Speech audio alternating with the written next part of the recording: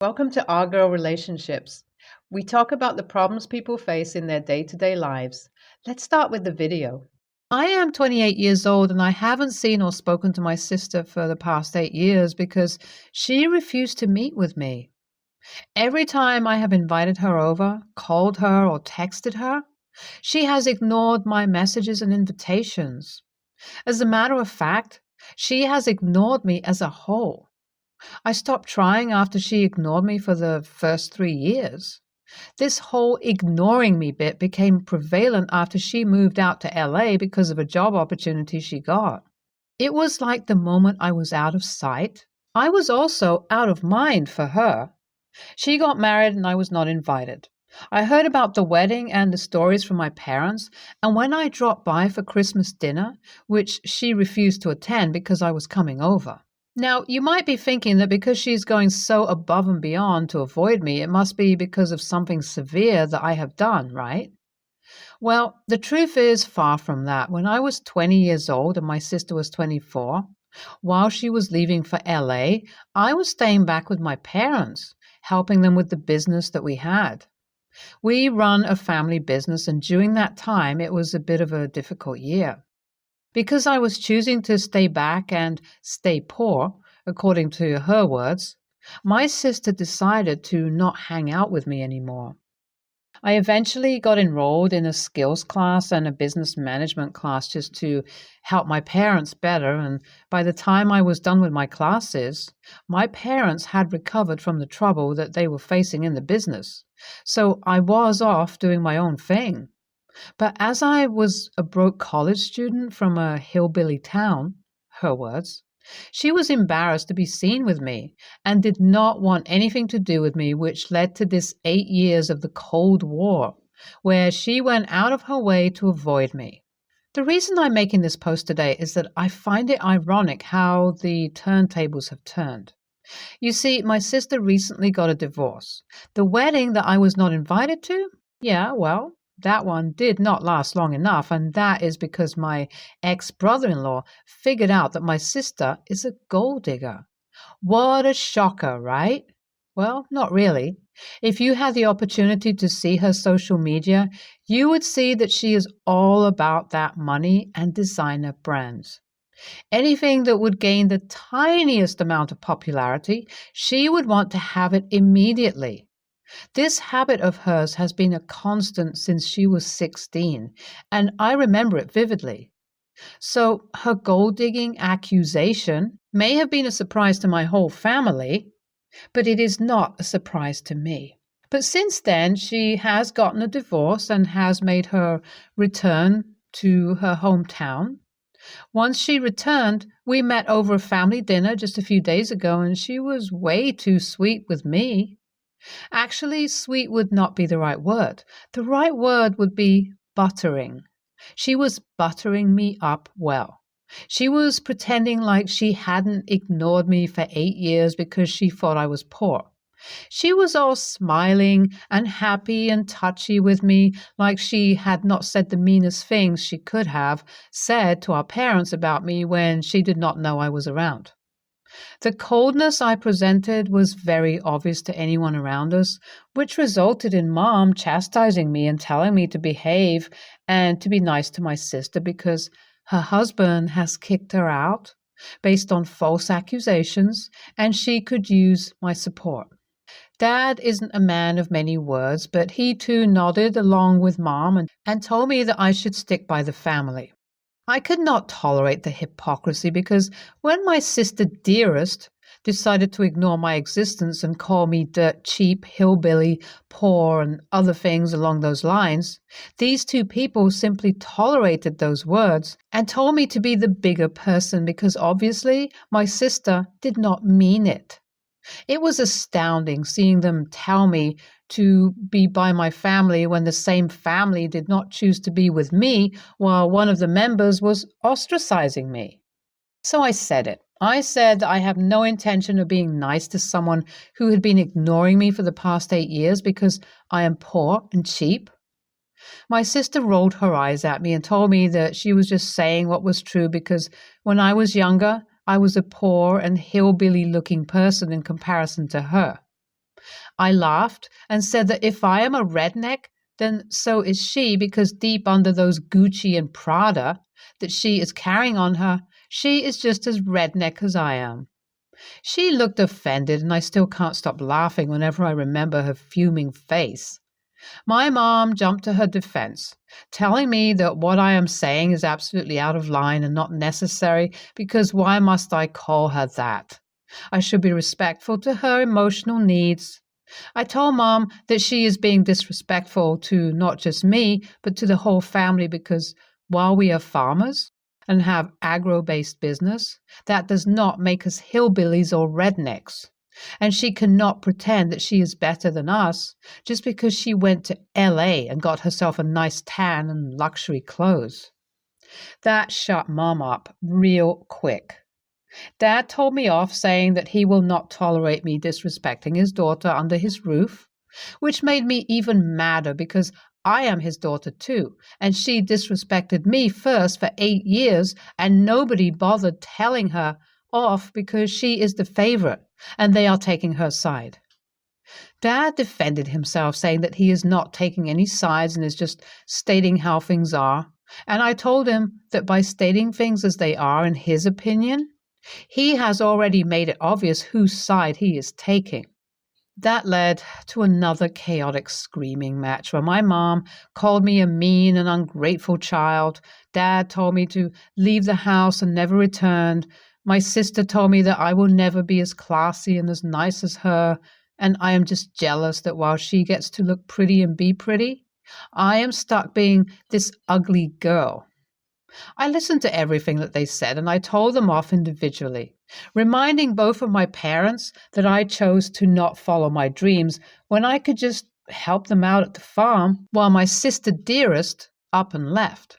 I told my sister how I never want to be as pretty and nice as her, because at least I work hard for whatever I have and do not capture a man with false promises and push him to bankruptcy just to feed my obsession with brands like her. Once giving them a piece of my mind, I decided to leave.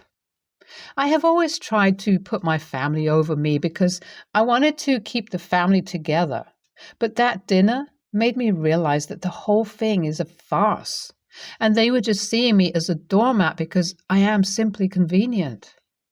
So now all is said and done, I feel completely free because I have no intention of speaking with them ever again, despite all of the threats that my parents are leaving me, saying how they would cut me off and they have disowned me. They cannot disown me if I have disowned them first. Thank you so much for all the validation and kind words you have left in the comments and the DMs. I appreciate it. A few things I wanted to clear out for everyone. My sister never called me those things to my face. See, my parents are in their 50s and 60s, so they are not very tech savvy. Whenever I came over during the weekend, I would help them out with whatever tech stuff they were facing an issue with. My mom somehow ended up with every call being recorded and stored as a voice recording in her phone, which was eating up a lot of storage. She made me go through each recording meticulously before deleting them, and that's when I heard my sister call me all of those things. That is when I decided to stop trying to reach out to her. During the call, my mother did not reprimand my sister for calling me those things, so it was clear that she did not care. My dad was also a part of that call, so it is clear he did not stand up for me either. I feel like I should be disappointed, but at the same time, I'm not. Despite knowing everything, I still chose to take care of my parents because I care about my family and I wanted to take care of them to the best of my abilities. But I am not going to get taken advantage of like this. I learned about all of those things regarding my sister's divorce because my mom heard about the news and called me to complain. Being all shocked that she was getting called a gold digger, which again was not a surprise, as she has been spoilt rotten since she was 13. The financial crisis in the business that led to me putting my career on hold for 2 years was not because of my sister leaving for LA. My dad made a few mistakes, so that isn't her fault. I am financially stable, and I have a feeling that the reason my sister was being so sweet and nice to me was that she wanted to shift to my apartment because, as far as I know, Gucci and the farm do not go hand in hand. But I have no intention of allowing her in my apartment because I'm not helping someone who has been ignoring me for the past 8 years, as I have said. It has been about a week since that dinner, and the messages and calls they had been leaving me have lowered in number. But I doubt that they have realized that I am planning on going with no contact. But let's see. Welp, it happened, guys. The thing I was suspecting. So my mother called me and she was acting like the fight did not happen and everything was fine. After she was done with the casual pleasantries, she told me that she wants me to clean out my bedroom because my sister needs a place to stay, and my apartment would be more comfortable for her than the farm. I live in a 2-bedroom apartment where I use the smaller bedroom space as my study, office work, as I am working with a company now. I will not be able to help her out with some space, and even if I could, I would never help her out. I told my mom that I am not doing it because I need the space, and I could hear my sister start screaming. She snatched the phone from my mom's hand and started calling me selfish and that she was not giving me an option. I told her that if she showed up at my apartment, I will let my landlord know that she is not welcome. And if the landlord calls the cops on her, that will not be my issue. That led to another chaotic screaming match, which I did not bother staying for. I hung up the moment Mom started screeching at me, and I blocked her and her sister's number. I doubt my dad will reach out to me, but if he does, I will block him as well because I am sure his daughter can take care of everything that I was helping them out with. So, oh well. My dad called me telling me how disappointed he is in me, and I informed him that I am disappointed in them, and I do not plan on speaking with them until they decide to apologize and treat me the same way they treat my sister. Dad refused to admit that they are softer on my sister, so I hung up on him and blocked his number. I informed the landlord that there may be people who might try to get in my apartment when I'm not around and asked him to not allow them in. My landlord was understanding, and I felt much more at peace. And what do you know? 2 days later, my landlord called me while I was at work, informing me that my sister was trying to get the keys from him, claiming that I told her to get into my house to get some stuff, which led to my landlord threatening her with the cops to get her to leave. I am sure if I had not blocked my parents, I would receive a bunch of offended and hateful calls telling me that I'm selfish for denying access to my apartment. But oh well. You are NTA by miles. I would do the same if I were in your place. You are right in feeling the way you do and doing what you are doing. Your parents chose sides the moments they did not stand up for you, while your sister called you all of those things. Some parents do not deserve to be parents. I have a daughter, Eleanor, 6, and my stepsister, Jess, has a daughter, Hattie, 5. Me, my husband, Jess, and her husband, Paul, are all staying at our parents' house over the Christmas period. For context, Paul arrived a day after the rest of us, very late at night because he does shift work and worked late before driving to our parents. The next morning, the girls were playing in Eleanor's room at about 10 a.m. The adults were all downstairs except Paul because he was sleeping, and my stepdad was out. Suddenly, we heard Paul shouting. This is not too unusual, if unpleasant, but this episode sounded particularly bad, so we got up. Before we could even get to the stairs, my daughter runs down crying, saying Paul had shouted at her for waking him up. My husband was livid and went upstairs to deal with Paul while I calmed my daughter down. I knew it would be absolutely impossible for us to be around Paul after what happened, so we would probably be leaving. Jess said that was ridiculous. Paul probably got annoyed and was tired, and he'd apologize and everything would be fine. I said no, it would not be fine. Nobody shouts at my child and remains on speaking terms with me or around my daughter. Paul should know better than to be acting like that with other people's children. When my stepdad came back, we told him what happened and that we would be leaving because we refused to subject Eleanor to being around Paul after what he did, and we don't trust him not to overstep his boundaries like that again. My stepdad agreed, but said that it was unfair we should have to leave after Paul was the problem. He called Paul and Jess down and said they had to go. Weren't welcome on Christmas or until after we had gone home. Paul tried to defend himself, saying the kids should have been quieter, but when my husband got annoyed, Paul half-heartedly apologized. I didn't believe a word of his apology. My stepdad reiterated that Jess was welcome to stay without Paul, but Paul had to be gone within the hour. Jess started crying and said it was unfair and that my stepdad was choosing me over her and was a horrible father. Expletive rant. So I left the room with Eleanor, and the next I saw was her and Paul going upstairs to pack. They left without a goodbye. Since they've been gone every few hours, I've got a text from Jess saying how I've ruined her Christmas and her relationship with her dad over 30 seconds of bad judgment. I don't think I created this situation because it was my stepdad's decision to throw them out. I offered to leave. I also think Paul made this bed that Jess is lying in. All he had to do was come downstairs and ask us to quiet the children or pop his head into the room and ask politely. Nevertheless, I do feel bad that Jess is stuck in the middle and that Hattie won't see her grandparents on Christmas because of this. Did I overreact? Would Paul apologizing have been enough? The kids being unsupervised. I was upstairs with them and we were all going down to do some baking. The girls asked for 10 more minutes to continue playing before coming down, so I went down to get all the stuff ready in the kitchen. They weren't on their own for hours on end. They were playing with a large dollhouse in Eleanor's room, hence why they were not playing downstairs to start with. I don't think this will change the responses, but someone said this needed to be in the main post Paul's history of yelling. Paul yells at his daughter Hattie quite a lot, in a way I would describe as quite vicious.